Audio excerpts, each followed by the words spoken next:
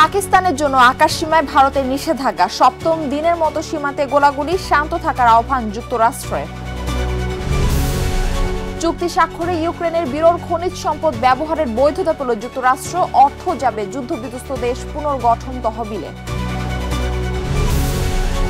এবং গাজায় ইসরায়েলি হামলা অব্যাহত, বুধবার আরো ৩৫ জনের প্রাণহানি, দামেস্কের কাছাকাছি বিমান হামলায় নিহত অন্তত ১৬।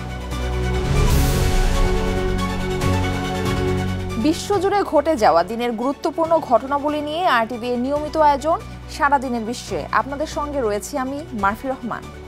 জম্মু কাশ্মীর ইস্যুতে টানা সপ্তম দিনের মতো সীমান্তে গোলাগুলিতে জড়িয়েছে দুই পরমাণু শক্তিধর দেশ ভারত ও পাকিস্তান।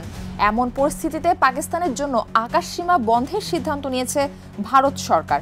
এদিকে উত্তেজনাকর এই অবস্থায় আগেই পাকিস্তানের পাশে থাকার কথা জানিয়েছেন চীন, আর দুই দেশকেই শান্ত থাকার আহ্বান জানিয়েছেন যুক্তরাষ্ট্রের পররাষ্ট্রমন্ত্রী মার্কো রুবিও। বিস্তারিত থাকছে রাকিব হাসানের রিপোর্টে।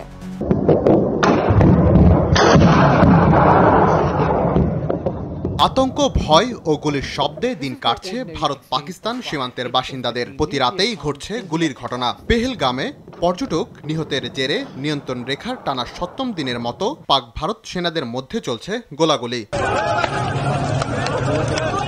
রাতভর তুমুল গোলাগুলির ঘটনায় ভারত নিয়ন্ত্রিত কাশ্মীরের সেনাবাহিনীর চকপুত্র পোস্ট সহ একাধিক বাংকার ধ্বংসের দাবি করেছে ইসলামাবাদ।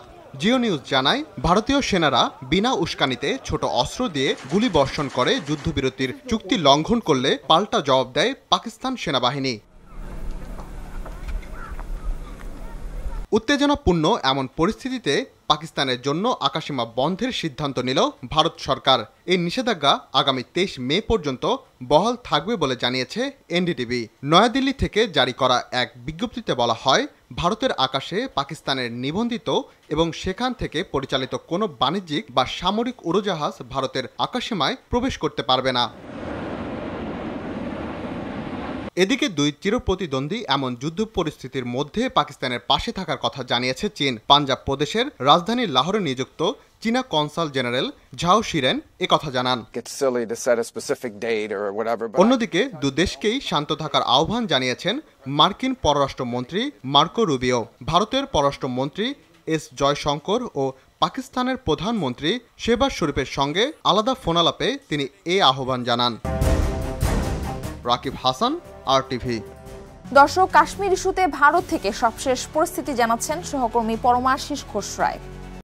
ভূস্বর্গের মাটিতে সন্ত্রাসবাদী হামলার কিন্তু ৮ দিন অতিক্রান্ত হয়েছে, আজকে ৯ দিন, অর্থাৎ গত ২২শে এপ্রিল কাশ্মীরের ভূস্বর্গের অর্থাৎ অনন্তনাগ জেলার পহেলগাঁওতে যে জঙ্গিরা যে হামলা চালিয়েছিল, টিআরএফ জঙ্গি গোষ্ঠী পাকিস্তান মদতপুষ্ট, সেই জঙ্গি গোষ্ঠীর হামলার প্রতিবাদে কিন্তু ভারত কিন্তু একেবারেই সোচ্চার। নিরাপত্তা বাহিনী বা সরকারি সূত্রের খবর, হতাহতের কোনো খবর না থাকলেও গোলাগুলি কিন্তু অব্যাহত রয়েছে। এবং গতকালই ভারতের তরফ থেকে কিন্তু জানিয়ে দেওয়া হয়েছে যে পাকিস্তানের কোনো বিমান, সরকারি বেসরকারি বাণিজ্যিক কোনো বিমান ভারতের আকাশসীমা লঙ্ঘন করবে না। যদিও কিছুদিন আগেও পাকিস্তানের তরফে কিন্তু সেই ঘোষণা দেওয়া হয়েছিল। একেবারে গতকাল এবং গত পরশু দুদিন ধরে কিন্তু ভারতের সেনাবাহিনী সেনাবাহিনীর ৩টে সেনাবাহিনীর একেবারে প্রধান, তাদের সঙ্গে এবং অ্যাডমিরাল চিফ যিনি আছেন, স্টাফ অফ চিফ, তার সঙ্গে এবং অজিত দোভাল ভারতের নিরাপত্তা বাহিনীর যিনি প্রধান, সকলের সঙ্গে কিন্তু প্রধানমন্ত্রীর বৈঠক করেছেন। এবং বৈঠকে কিন্তু খোল্লা একেবারে যেটাকে বলা হয় পূর্ণ স্বাধীনতা দেওয়া হয়েছে সেনাবাহিনীর ওপর। এই জঙ্গি হামলার মোকাবিলায় সেনাবাহিনী যে তৎপরতার সঙ্গে কাজ করবে তাতে সরকারের সম্পূর্ণ সায় আছে। সর্বশেষ খবর অনুযায়ী যে ইতিমধ্যেই গতকালই কাশ্মীরের ৪৮টি পর্যটন স্থল কিন্তু বন্ধ করে দেওয়া হয়েছে। সমস্ত ভারতের পাটে যে বাংকারগুলো রয়েছে নিরাপদে, সেখানে বাংকারগুলো পরিষ্কার করানোর চেষ্টা চলছে সেনাবাহিনীর তরফে। সব মিলিয়ে কিন্তু একেবারে এই ৯তম দিনেও কিন্তু একেবারে যে ভারত এবং কাশ্মীরের মধ্যে যে একটা যুদ্ধের তৎপরতা শুরু হয়েছে, সেই তৎপরতা কিন্তু এই মুহূর্তে তুঙ্গেই। পাকিস্তানের দক্ষিণ পশ্চিমাঞ্চলীয় প্রদেশ বেলুচিস্তানের কেচ ও জিয়ারাত জেলায় সেনাবাহিনীর অভিযানে অন্তত ১০ সন্ত্রাসী নিহত হয়েছে। বুধবার সেনাবাহিনীর আন্তঃসংযোগ দপ্তর আইএসপিআর এক বিবৃতিতে এই তথ্য জানায়। পাকিস্তানের সামরিক বাহিনী ও বেসামরিক লোকজনকে লক্ষ্য করে হামলার অভিযোগে গেল সোমবার ও মঙ্গলবার দুটি পৃথক অভিযান চালায় সেনাবাহিনী। এ সময় দুপক্ষের বন্দুকযুদ্ধে কেচ জেলায় ৩ জন এবং জিয়ারাত জেলায় ৭ জন নিহত হয়। পরে নিহতদের কাছ থেকে অস্ত্র ও গোলা বারুদ উদ্ধার করে তারা। ইউক্রেনের বিরল খনিজ সম্পদ ব্যবহারের বিষয়ে যুক্তরাষ্ট্র ও ইউক্রেনের মধ্যে চুক্তি স্বাক্ষরিত হয়েছে। এর মাধ্যমে ওয়াশিংটন ইউক্রেনের বিরল খনিজ সম্পদ ব্যবহারের বৈধতা পেল। চুক্তির অর্থ যুদ্ধবিধ্বস্ত দেশটির পুনর্গঠনে তহবিলে যোগ হবে। বুধবার যুক্তরাষ্ট্রের অর্থমন্ত্রী স্কট বেসেন্ট চুক্তির বিষয়টি নিশ্চিত করেন। ইউক্রেনের পক্ষে চুক্তি স্বাক্ষর করেন দেশটির অর্থমন্ত্রী উইলিয়া সিরিদেনকো। দুই দেশেরই প্রত্যাশা এই চুক্তির মাধ্যমে তাদের সম্পর্ক আরও গভীর হবে। বিস্তারিত থাকছে অর্ণব প্রসাদের প্রতিবেদনে। অবশেষে সব জল্পনা কল্পনার অবসান ঘটিয়ে ইউক্রেনের বিরল খনিজ সম্পদ ব্যবহারের চুক্তি করল যুক্তরাষ্ট্র। বুধবার ওয়াশিংটন ডিসিতে দুই দেশের মধ্যে এ চুক্তি স্বাক্ষরিত হয়। এর মাধ্যমে কিয়েভের মূল্যবান বিরল খনিজ সম্পদে মুক্ত প্রবেশাধিকার পেল যুক্তরাষ্ট্র। পাশাপাশি চুক্তির অর্থ যুদ্ধবিধ্বস্ত দেশটির পুনর্গঠনে তহবিলে যোগ করা হবে বলে জানিয়েছে দুই দেশ। চুক্তির বিষয়টি নিশ্চিত করেন যুক্তরাষ্ট্রের অর্থমন্ত্রী স্কট বেসেন্ট। চুক্তির মাধ্যমে ট্রাম্প প্রশাসন রাশিয়ার কাছে একটি স্পষ্ট বার্তা দিল যে তারা ইউক্রেনের দীর্ঘমেয়াদী স্বাধীনতা ও সার্বভৌমত্ব নিশ্চিতে প্রতিশ্রুতিবদ্ধ। আমি স্পষ্ট বলতে চাই, রাশিয়ার যুদ্ধচেষ্টায় অর্থ বা অন্যান্য সহায়তা দানকারী কোনো রাষ্ট্র বা ব্যক্তিকে ইউক্রেনের পুনর্গঠন থেকে উপকৃত হতে দেওয়া হবে না।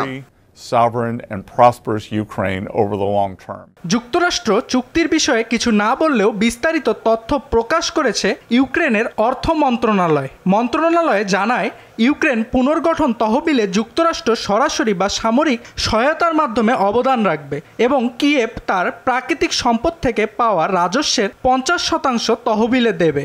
মন্ত্রণালয় আরও জানায়, তহবিলের সম্পূর্ণ অর্থ প্রথম 10 বছর শুধু ইউক্রেনে বিনিয়োগ করা হবে।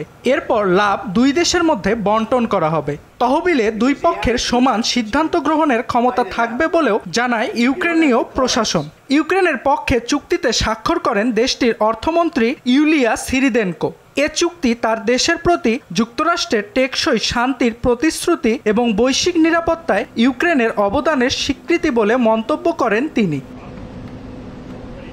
চুক্তিটি কয়েক সপ্তাহ আগে স্বাক্ষরিত হওয়ার কথা থাকলেও গত মার্চে হোয়াইট হাউসে যুক্তরাষ্ট্রের প্রেসিডেন্ট ডোনাল্ড ট্রাম্প ও ইউক্রেনের প্রেসিডেন্ট ভলোদিমির জেলেনস্কির মধ্যে তীব্র বাদানুবাদের কারণে তা হয়নি। এরপর সর্বশেষ রোমান ক্যাথলিকদের সর্বোচ্চ ধর্মগুরু পোপ ফ্রান্সিসের শেষকৃত্য অনুষ্ঠানে দুই নেতার একান্ত আলোচনায় উঠে আসে বিষয়টি। অর্ণব প্রসাদ, RTV। যুক্তরাষ্ট্রের কলম্বিয়া বিশ্ববিদ্যালয়ের গ্রিন কার্ডধারী ফিলিস্তিনি শিক্ষার্থী মোহসেন মাহতাবির জামিন মঞ্জুর করেছে যুক্তরাষ্ট্রের একটি আদালত। ফিলিস্তিনপন্থী আন্দোলনে যুক্ত থাকার অভিযোগে তাকে গ্রেফতার করা হয়েছিল।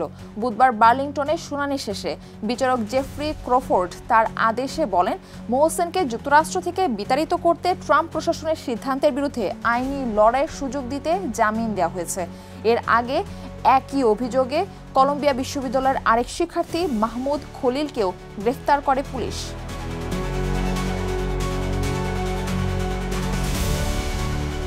ফিলিস্তিনের গাজা উপত্যকায় ইসরায়েলি হামলায় বুধবার আরও কমপক্ষে 35 ফিলিস্তিনি নিহত হয়েছেন, আহত হয়েছেন শতাধিক। সিরিয়ায়ও হামলা চালিয়েছে ইসরায়েল। এদিকে ইতিহাসের সবচেয়ে বড় দাবানলের মুখোমুখি হয়েছে ইসরায়েল। সামদানির প্রত্যয় রিপোর্ট। নির্মমতার সকল মাপকাঠি ছাপিয়ে গেছে ফিলিস্তিনের গাজায় ইসরায়েলের নৃশংসতা। যুদ্ধবিরতি লঙ্ঘন করে ইসরায়েলি বাহিনীর দ্বিতীয় দফায় হামলা শুরুর পর বিভীষিকা বেড়েছে আগের চেয়ে কয়েক গুণ। একই সঙ্গে বন্ধ করে দেয়া হয়েছে মানবিক সাহায্য প্রবেশের সকল পথ। অবরুদ্ধ গাজা উপত্যকায় বুধবার ইসরায়েলি হামলায় কমপক্ষে 35 জন নিহত হয়েছে, আহত হয়েছে শতাধিক।